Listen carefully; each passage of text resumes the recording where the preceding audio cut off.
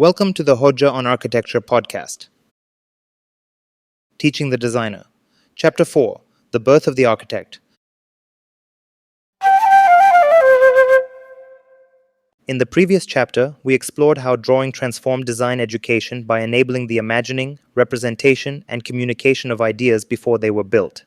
Drawing allowed knowledge to travel beyond direct experience and created new opportunities for reflection, critique, and experimentation.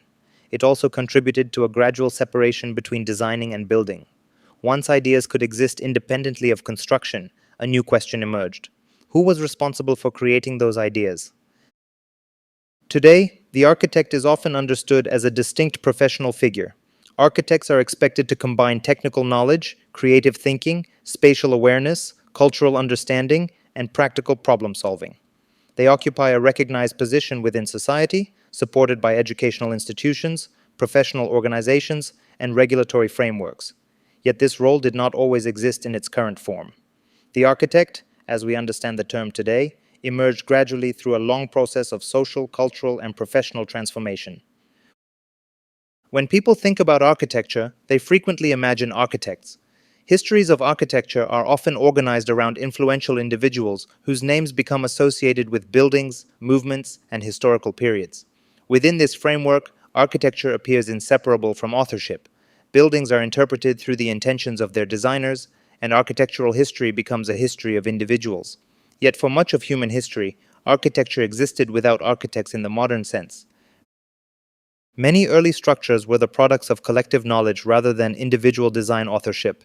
Communities developed construction techniques through generations of experimentation and adaptation. Builders, craftspeople, and artisans possessed specialized expertise, but clear distinctions between designer and maker often did not exist. Knowledge was distributed throughout communities rather than concentrated within a separate profession. This distinction is important because it challenges modern assumptions about creativity and expertise. Contemporary culture frequently associates innovation with individuals. Yet many of humanity's most significant built environments emerged through collective processes. Settlements, vernacular traditions, and craft-based construction systems evolved gradually through shared experience rather than through the vision of a single designer. Architecture existed long before the architect became a recognized social identity. The emergence of architectural authorship was connected to broader changes in society. As settlements expanded, political systems became more complex, and construction projects increased in scale, necessitating new forms of coordination. Temples, public buildings, infrastructure systems, defensive structures, and monumental works often required planning that extended beyond immediate construction activities. Representation, measurement, and organization became increasingly important. Within these contexts, certain individuals began assuming responsibilities that differed from those of builders alone. They coordinated labor, interpreted requirements, communicated intentions, and managed relationships between conception and execution. Although these figures would not necessarily recognize the modern title of architect, they occupied positions that anticipated aspects of the profession. One of the earliest figures frequently associated with architectural thinking is Vitruvius. Writing during the 1st century BCE, he described architecture not merely as a technical activity, but as a discipline requiring a broad range of knowledge. According to Vitruvius, practitioners should understand subjects including geometry, history, philosophy, music, medicine, law, and astronomy. Whether or not these expectations reflected everyday reality, they reveal an important intellectual shift. Architecture was increasingly being understood as something more than construction. It was becoming a form of knowledge. This development had profound implications for education. If architecture required diverse forms of understanding, then learning could no longer depend solely on practical experience. Future practitioners would need access to both theory and technique. Design education therefore began expanding beyond apprenticeship alone. Knowledge increasingly included ideas that could be studied, discussed, recorded, and transmitted independently of direct construction activities. The distinction between builder and architect remained fluid for centuries. During much of the medieval period, master builders continued to occupy roles that combined design, construction, management, and technical expertise. Cathedrals, civic buildings, and major public works often emerged through collaborative systems in which practical and conceptual responsibilities remained closely connected. Yet even within these environments, new forms of professional identity were gradually developing. Drawing, measurement, geometry, and written knowledge became increasingly significant. The ability to represent ideas before construction expanded the importance of planning. Design began to acquire greater autonomy.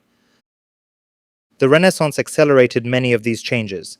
Figures such as Leon Battista Alberti argued that architecture should be understood as both an intellectual discipline and a practical activity. Alberti famously distinguished between the act of designing and the act of building, emphasizing the architect's role as one who conceives and organizes rather than merely constructs. This conceptual separation would become enormously influential. Once architecture became associated with intellectual work, educational expectations changed accordingly. Future architects increasingly require access to drawing, mathematics, theory, history, and representation. Learning could no longer be confined entirely to the workshop. New forms of educational infrastructure gradually became necessary. At the same time, the emergence of the architect should not be interpreted as a complete departure from earlier traditions. Professional identities rarely replace previous systems entirely. Many aspects of architectural expertise remain deeply connected to making, materials, and construction. The most effective practitioners often combine theoretical understanding with practical knowledge. The relationship between thinking and making remains central to design education. This tension continues today. Design schools frequently balance conceptual exploration with technical competence, theoretical reflection with practical application, and creativity with responsibility. In many ways, contemporary design education still negotiates questions that first emerged during the gradual formation of the architectural profession. The birth of the architect therefore represents more than the appearance of a new occupational category. It marks a transformation in how societies understood knowledge itself. Expertise increasingly became specialized. Certain forms of understanding were recognized as distinct bodies of knowledge requiring dedicated methods of learning and transmission. Architecture was becoming a profession because architectural knowledge was becoming a discipline. Understanding this transformation changes how we understand educational history. The architect did not emerge suddenly, nor was the profession invented by a single individual or institution. It developed through centuries of interaction between craft traditions, intellectual developments, technological innovations, and social change. The profession emerged because societies increasingly required people capable of connecting imagination with construction. Seen from this perspective, the birth of the architect also marked the emergence of new educational challenges. How should designers be trained? What knowledge should they possess? How much should they understand about construction, theory, culture, and society? These questions would eventually shape the educational institutions that followed. In the next chapter, we will examine one of the most important developments in that process, the growing role of books. We will explore how written texts transformed the transmission of architectural knowledge and how ideas could increasingly travel beyond workshops, construction sites, and individual teachers. The discussion will shift from people to texts, from direct instruction to recorded knowledge, and from personal expertise to intellectual traditions. Because once design knowledge could be preserved in books, education was no longer limited by a teacher's lifespan.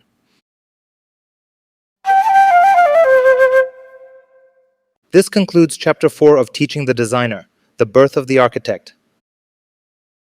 Thanks for listening. See you in the next episode.